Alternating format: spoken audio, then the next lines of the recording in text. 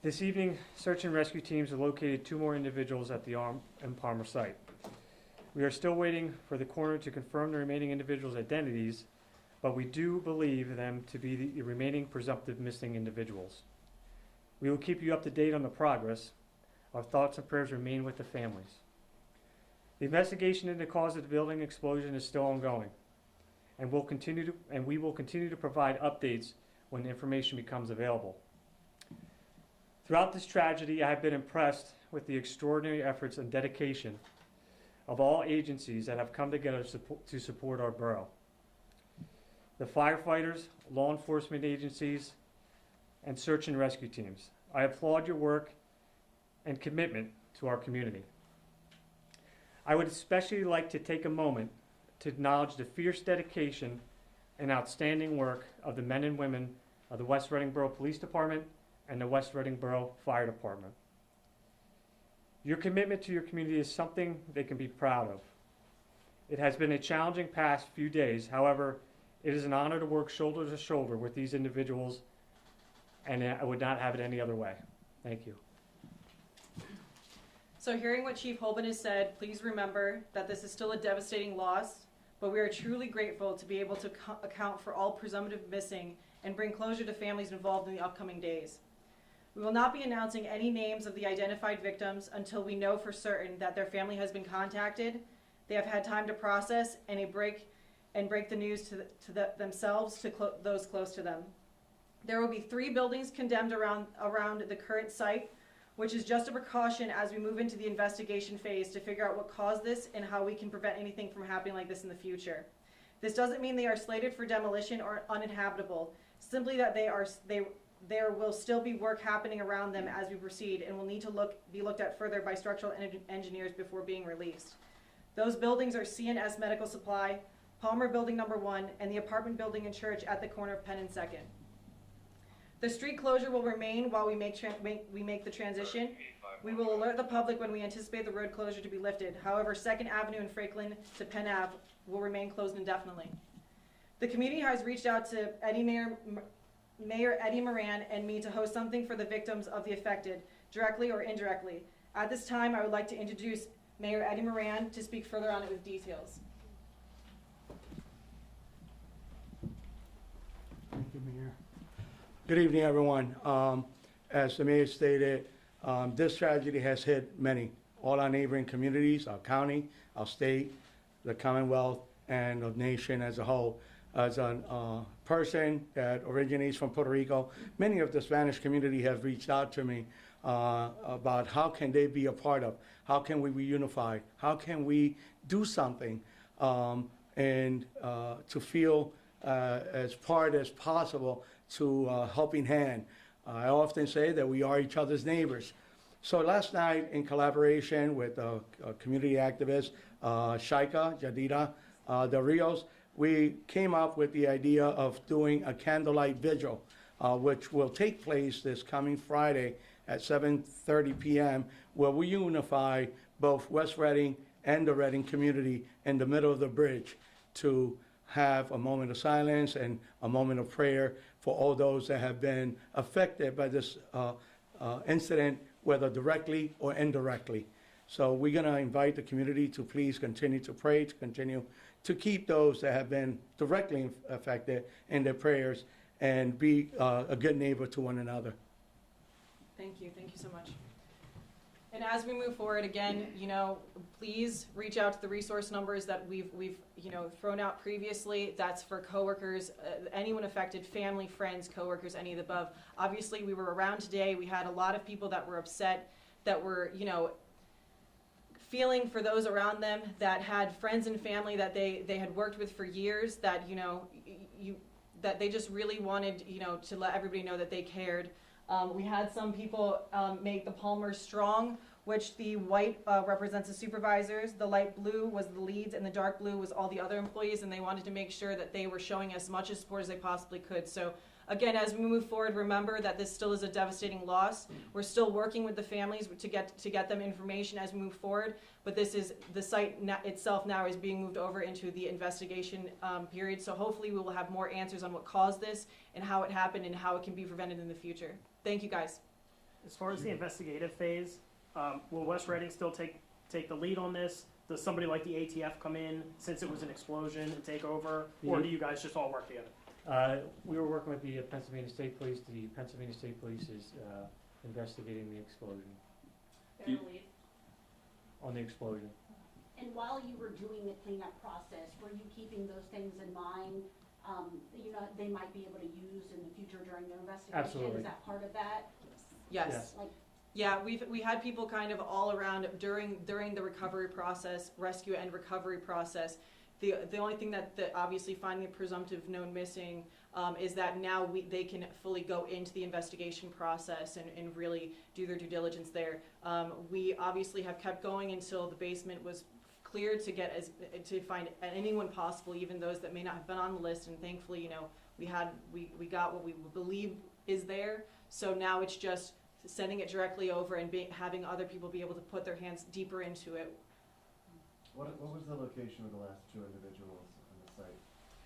Unfortunately, I'm not totally sure exactly. Chief, do you know roughly what time the last two victims were found?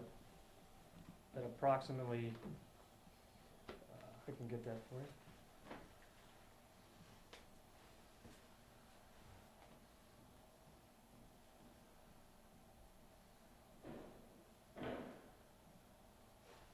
At approximately 15 hours and 20 hours. You said 1850 and 2020. Correct.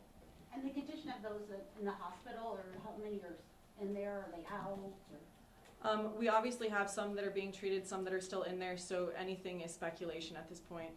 Do their injury, or do you know anything about their injuries from stable to critical, or severity? Do they range? Are they all stable? What's the...